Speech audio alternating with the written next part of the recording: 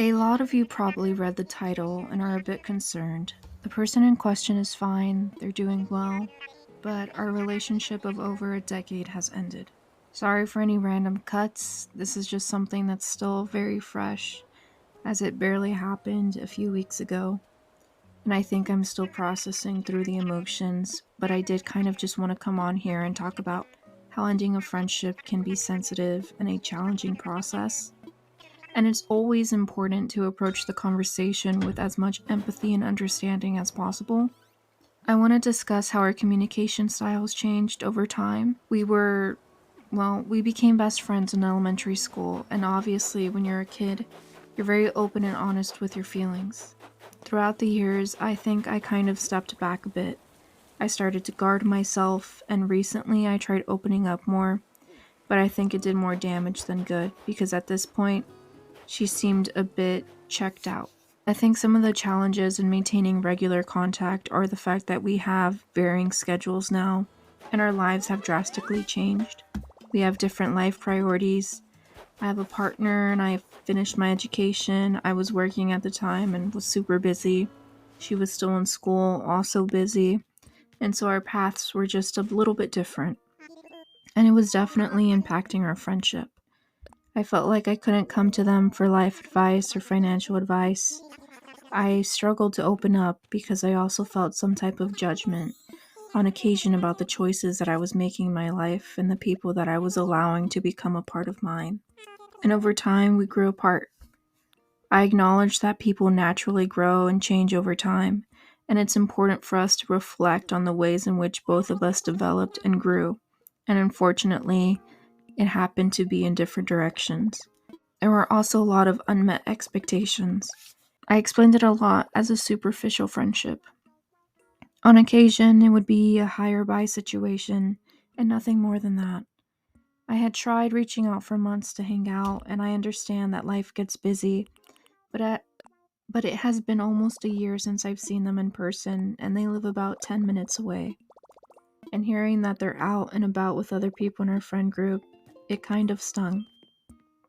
I'm sorry for getting a bit emotional again, but I guess there was just some expectations that weren't fulfilled due to different life stages.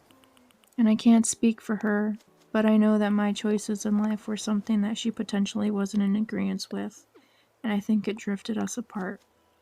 There is also a lot of emotional distance that developed.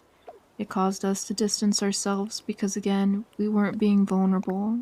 Even when we were hanging out, it was a struggle for me. I've always had those types of challenges. I consider myself very reserved and introvert. I don't like showcasing my emotions for fear of being judged, and I tried. I'd like to think that I really did try to incorporate them in my life, but I think maybe I tried a little too late, and the fact that they were getting caught up on things that had happened years ago, I think they might have felt some type of way, and it was just a lot. It was like a trauma dump. And I think they weren't ready to hear everything and weren't ready to accept how I've grown because in their eyes, I was a completely different person and I was allowing myself to be influenced by others. And it just hurts. Because I think the part that stung the most was the fact that they just distanced themselves. I'd always like to think that if my friend was in need or if my friend was hurting because of someone else or some choice they made in life, that's when I would step up the most and try to extend a hand and be there and listen and check in a little bit more often, even when they might not appreciate it at the moment. And the fact that it felt like I was being punished for being myself finally. That's what really caused me to be this distraught. I know that we have changing interests, and there's a lot of new hobbies that I've started partaking in, and a lot of our shared activities or common ground that we maybe once had has definitely diminished, and that's okay. It was important for me to have this open and honest communication, and I can't express how important it is to have that in any relationship.